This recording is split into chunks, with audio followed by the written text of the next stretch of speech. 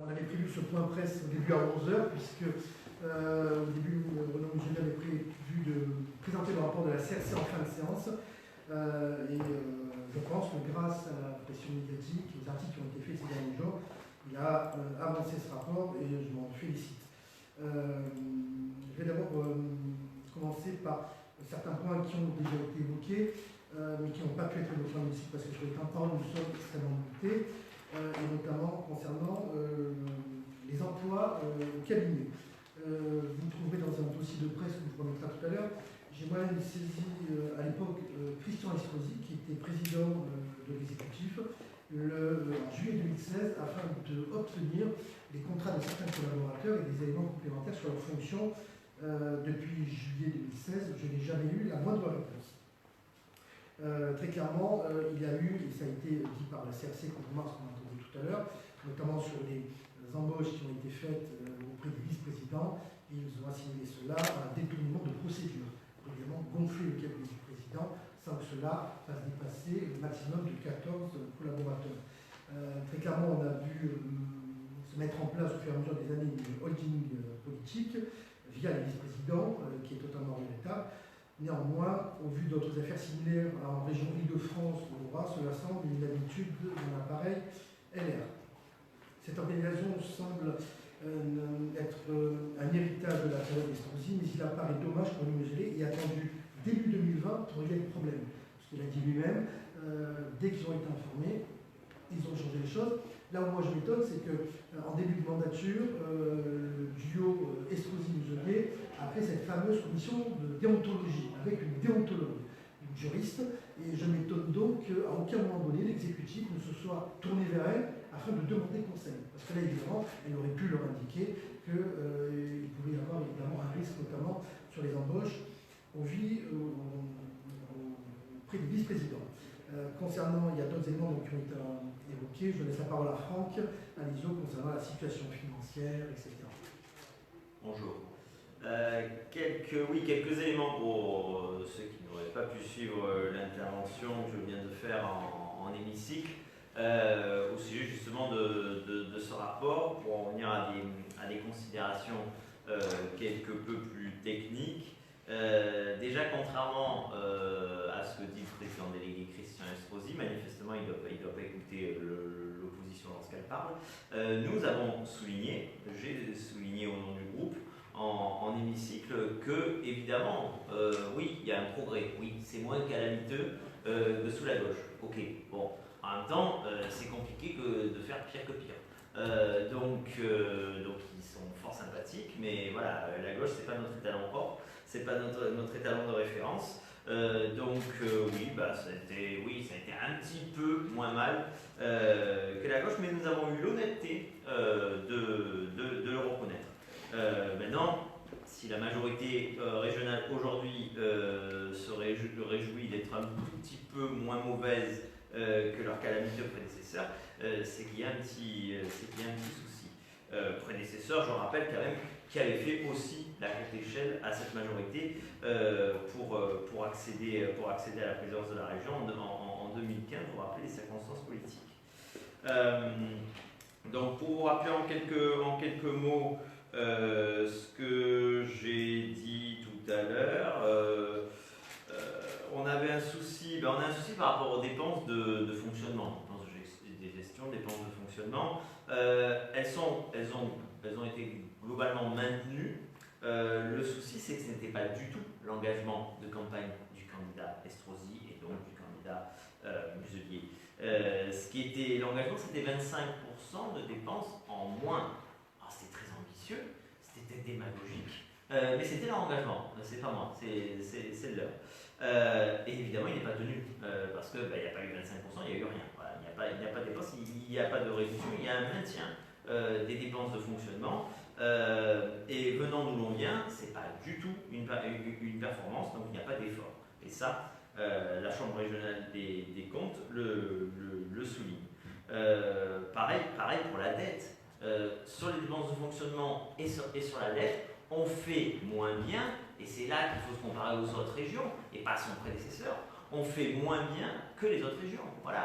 Et en matière de dette et en matière de dépenses de fonctionnement, La Chambre régionale des comptes nous dit, ils font moins bien que les autres régions, on est en dessous de la moyenne.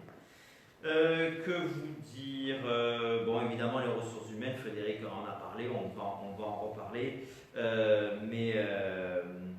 Déjà, on voit une augmentation sensible des dépenses et des postes supérieure à l'augmentation issue des transferts de compétences. Ça, c'est un grand classique. Toutes les collectivités disent c'est pas nous, c'est parce qu'on a eu des compétences qui nous ont été transférées, imposées par l'État. Oui, sauf que le problème, c'est que quand on prend en compte cette augmentation des dépenses dues au transfert, on est encore en deçà de l'augmentation des dépenses de la région. Donc non, la gestion, pour le coup, n'est pas bonne et il n'y a pas l'excuse du transfert de compétences. Un dernier point sur... Alors il y a différents points sur lesquels je pourrais revenir, mais je voulais revenir sur quelque chose que j'ai oublié de dire, comme quoi j'ai vraiment été malléable. Les dépenses de communication, je ne vais pas préciser un chiffre de mon intervention, c'est le rythme d'augmentation de 13% par an. 13% par an, c'est une folie. 13% sur toute la mandature, ce serait déjà choquant. 13% par an, c'est à se demander, et là je cite la Chambre régionale. Enfin, en matière d'augmentation des dépenses de communication, non, c'est la réponse de Renaud Muselier, pardon. J'assume totalement l'orientation prise. Les compétences et le rôle de la région n'ont cessé de s'accroître depuis 2015. Il me paraît au contraire légitime de faire connaître largement l'action publique régionale et l'utilisation des fonds publics de la région. Bon, autant vous dire qu'on n'a pas du tout la même lecture des choses. Nous, on pense plutôt que c'est dû à la coûteuse marque, la fameuse marque Sud. Au départ, simple dépôt de marque qui s'est transformé en véritable volonté de changer purement le nom de la région avant un rétro-pédalage, mais du coup, enfin, cette affaire, c'est un mini coup d'État. C'est-à-dire que je ne sais pas, moi, quand on est à la tête d'une région dans un pays démocratique, quand on veut changer le nom d'une région, on consulte les habitants de cette région. On consulte, à minimum, on fait une consultation, peut-être pas de tous les habitants, mais une large consultation de toutes les corps intermédiaires, les associations, l'opposition. Non, rien du tout. Du jour au lendemain, nous, on a appris que dorénavant, on ne s'appellerait plus Provence-Alpes-Côte d'Azur, mais Sud, tout simplement parce que PACA, l'acronyme PACA ne plaisait pas au président. Oui, bon, d'accord, mais vous voyez les conséquences financières et surtout, il n'y a pas un homme qui décide. Aujourd'hui, cette trouvaille marketing coûte bien plus cher que prévu. Au départ, Renaud Muselier avait indiqué que celle-ci ne coûterait rien, qu'il s'agissait d'un travail interne. On voit bien qu'aujourd'hui, elle coûte 13% de moyens de communication, de dépenses de communication en plus chaque année. Il faudrait que je vous quelque chose. Oui, je voulais ajouter qu'en matière de communication, nous avons appris par des médias aussi, parce que le fonctionnement de la région est assez opaque, que quelqu'un venait de rejoindre, on va dire, le staff de communication du président Muselier. C'était un certain Jérôme Lavrieux, ancien député, avec un contrat de 100 000 € justement pour cette fameuse marque Sud. De mémoire, je crois que M. Lavrieux, c'est lui qui avait été cité dans l'affaire de Big Malion. Moi, je voulais revenir aussi, au-delà du rapport de la chambre de la CRC. Un contrat de 100 000 €, c'est-à-dire c'est une mission. C'est une mission, tout à fait. C'est une mission dans le cadre de la promotion de la marque Sud, de comment développer, etc. Alors, on a appris ça par certains de nos confrères. Moi, au-delà du rapport de la CRC, je voulais revenir sur un certain nombre d'éléments, et notamment deux, bien précis, que nous avons dénoncés dans cet hémicycle. Et un que nous venons d'apprendre, on a souvent dénoncé, vous avez entendu, remettre en cause un certain nombre de voyages à l'étranger. Et on nous a transmis un dossier, et moi je me pose très clairement la question sera posée à M. Estrosi et M. Muselier dans un courrier en début de semaine. On a l'ensemble du dossier d'un déplacement, d'un voyage de M. Estrosi en Chine en 2016, pour 220 000 € avec une délégation pléthorique. Et on se rend compte que parmi les présents, il y a Mme Estrosi et un certain Rudy Sall, au frais du contribuable régional, malgré leur absence de lien direct avec le conseil régional. Là, très clairement, cela cause un problème. Pourquoi Mme Estrosi, pourquoi M. Rudy Sall se font payer les voyages par le Conseil régional. Il y a eu aussi un certain nombre de demandes faites pour tous ces voyages auprès de l'exécutif. On a mis 2 ans et demi à avoir les documents. 2 ans et demi, on a dû saisir la CADA. Ça a été la même chose pour les subventions aux associations. C'est-à-dire que ce que je vous expliquais, c'est la façon opaque qu'a l'exécutif de gérer et le mépris qu'il a envers l'opposition. Un autre sujet que nous avions aussi dénoncé, je vous le rappelle, et là, je pense qu'à un moment donné, il faudra se pencher vraiment sur le dossier, c'est le CRT, le Comité régional du tourisme. Je me permets de rappeler qu'en 2016, le président du CRT est licencié. Il avait auparavant provisionné sur les comptes 409 000 € pour risques structurels dans le budget fin 2016 et 2015. Changement de majorité, vient son licenciement, il réclame 381 000 € d'indemnité. Aujourd'hui, il est impossible de connaître très clairement son montant, parce qu'après des procédures au prud'homme, M. Muselier a annoncé il y a quelques mois, dans cet hémicycle, qu'il ne pouvait pas nous donner le montant de la transaction parce qu'il était couvert par une clause de confidentialité. Alors moi, ça me choque parce que c'est l'argent du contribuable et il ne doit y avoir aucune clause de confidentialité. Autre problème, toujours au CRT, quand cette personne avait été licenciée, une nouvelle personne recrutait une nouvelle directrice, elle a été licenciée au bout de 4 mois.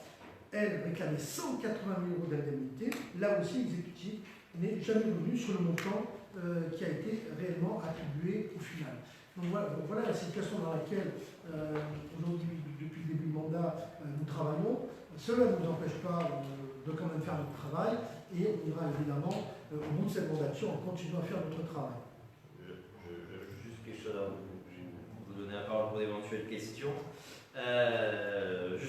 On a eu la réponse une des réponses de la majorité, ça a été la prise de parole de M. Aubert, avec sa modestie légendaire qui nous expliquait que lui seul, parce qu'Énarque savait lire un rapport de la Chambre régionale des comptes. Non, on a lu le rapport de la Chambre régionale des comptes. On est intervenu, alors ça choque peut-être cette majorité, mais en faisant notre job d'opposition, une opposition dans une démocratie, ça contrôle. Voilà, c'est extraordinaire, ça contrôle. Et donc notre président a fait en notre nom ce qu'on ne pouvait ne pas faire, c'est-à-dire répondre déjà aux questions de vos collègues lorsqu'on est venu vers nous en disant que pensez-vous de ce rapport. On est tout à fait dans notre droit juridique, c'est pas notre droit, c'est notre devoir de faire le signalement qu'on va faire au procureur. Ça aussi, M. Estrosi, M. Aubert, M. Muselier semblaient le découvrir. Ben non, c'est le boulot d'une opposition. On l'a fait sérieusement, on l'a fait sans excès, mais qu'on ne compte pas sur nous pour ne pas faire un job de contrôle, de lanceur d'alerte. C'est notre mission envers non seulement nos électeurs, mais tous les habitants de Provence-Alpes-Côte d'Azur, parce que justement, une opposition est là pour défendre les intérêts des habitants, y compris les